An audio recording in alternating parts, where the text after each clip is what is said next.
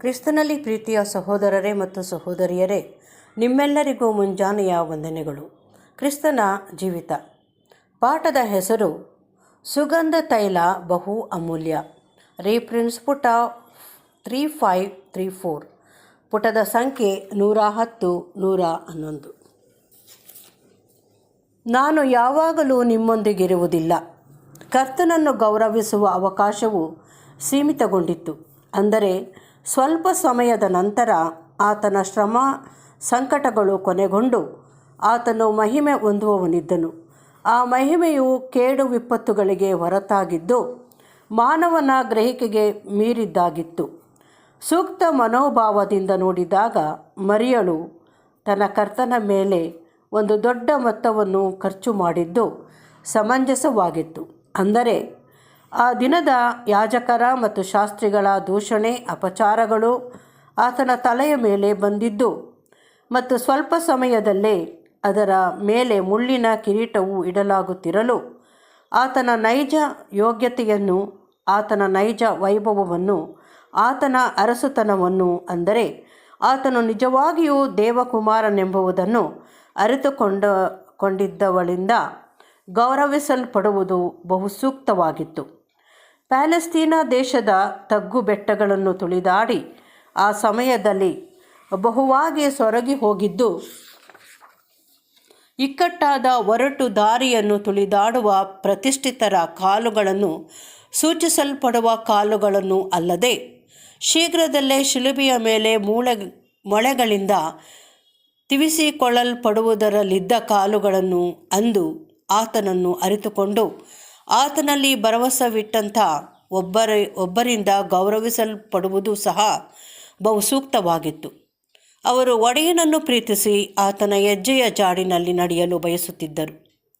ನಡೆದ ಸಂಗತಿಯ ಬಗ್ಗೆ ಸೂಕ್ತವಾದ ಮನೋಭಾವವನ್ನು ಪಡೆದಾಗ ಕರ್ತನು ವ್ಯಕ್ತಪಡಿಸಿದ ವಿಷಯವಾಗಿ ನಿಜವಾಗಿಯೂ ನಮಗೆ ಅನುಕಂಪ ಉಳ್ಳವರಾಗಲು ಸಾಧ್ಯ.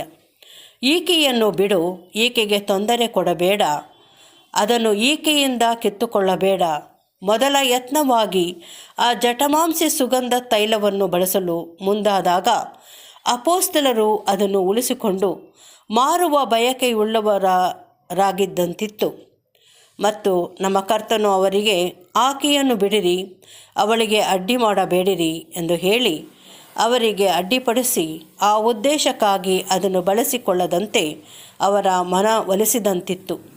ಸುಗಂಧ ತೈಲವನ್ನು ಕೊಂಡು ತಂದಿದ್ದ ಮರಿಯಳು ಆ ದಿನದಿಂದ ಈಗಿನವರೆಗೂ ಕರ್ತನ ಜನರಲ್ಲಿ ಕ್ರಿಸ್ತೀಯ ಗುಣದ ಒಂದು ಸೊಗಸಾದ ಅಂಶವನ್ನು ಪ್ರತಿನಿಧಿಸಿರುವಳು.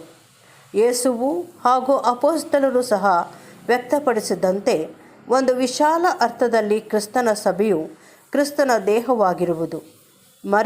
ಮರಿಯಳನ್ನು ಸೂಚಿಸುವ ವರ್ಗದವರು ಸುಗಂಧ ತೈಲವನ್ನು ನಿಜವಾಗಿಯೂ ಒಂದು ದೊಡ್ಡ ಮೊತ್ತದ ಹಣದ ಮೂಲಕವಾಗಿ ಕೊಂಡು ತಂದವರಾಗಿದ್ದು ಅದನ್ನು ತಮಗಾಗಿ ಬಳಸಿಕೊಳ್ಳದೆ ಕ್ರಿಸ್ತನ ದೇಹವಾದ ಅಭಿಷಿಕ್ತ ಸಭೆಯ ಸೇವೆಗಾಗಿ ಬಳಸುವಂಥವರಾದ ಇವರು ಈಗಲೂ ನಮ್ಮೊಂದಿಗಿರುವರು. ಅಲ್ಲದೆ 18 ಶತಮಾನಗಳಿಂದಲೂ ಸಭೆಯಲ್ಲಿ ಇರುವರು. ಕೇವಲ ಆ ದೇಹದ ಶಿರಸ್ಸು ಮಾತ್ರ ಸುಗಂಧ ತೈಲದಿಂದ ಅಭಿಷೇಕ ಹೊಂದಿ ಗೌರವಿಸಲ್ಪಟ್ಟು ಆದರಣೆ ಹೊಂದಿ ಹರ್ಷಗೊಂಡಿರುವುದಲ್ಲದೆ ಅಂದಿನಿಂದ ಕ್ರಿಸ್ತನ ಅಂಗಗಳೆಲ್ಲರೂ ಈ ಸುಗಂಧ ತೈಲದ ಮರಿಯಳ ವರ್ಗದವರ ಮೂಲಕವಾಗಿ ಆಶೀರ್ವಾದವನ್ನು ಪಡೆಯುತ್ತಲಿರುವರು. ಈ ವರ್ಗದವರು ಯಾವಾಗಲೂ ವಾಗ್ಮಿಗಳು, ಧನಿಕರು ಅಥವಾ ಜ್ಞಾನಿಗಳನ್ನು ಒಳಗೊಂಡಿರುವುದಿಲ್ಲ. ಅದರ ಸೇವೆಯು ಡಂಬಾಚಾರವಿಲ್ಲದಾಗಿದ್ದು ಲೋಕದವರಿಗೆ ಅದು ಬುದ್ಧಿ ಇಲ್ಲದಂತೆಯೂ ಉಪಯೋಗವಿಲ್ಲದಂತೆಯೂ ತೋರುವುದು. ಆದರೆ ಕರ್ತನು ಇದನ್ನು ಪ್ರಶಂಸಿಸಿರುವನು. ಅಲ್ಲದೆ ಆತನ ದೇಹಕ್ಕೆ ಸೇರಿದವರು ಆ ಮೂಲಕವಾಗಿ ಆದರಣೆ ಹೊಂದಿ ಪುನಶ್ಚೇತನಗೊಂಡವರಾಗಿರುವರು. ಈ ಮರಿಯಳ ವರ್ಗಕ್ಕೆ ಸೇರಿದವರ ಮೇಲೆ ಆಶೀರ್ವಾದವಿರಲಿ.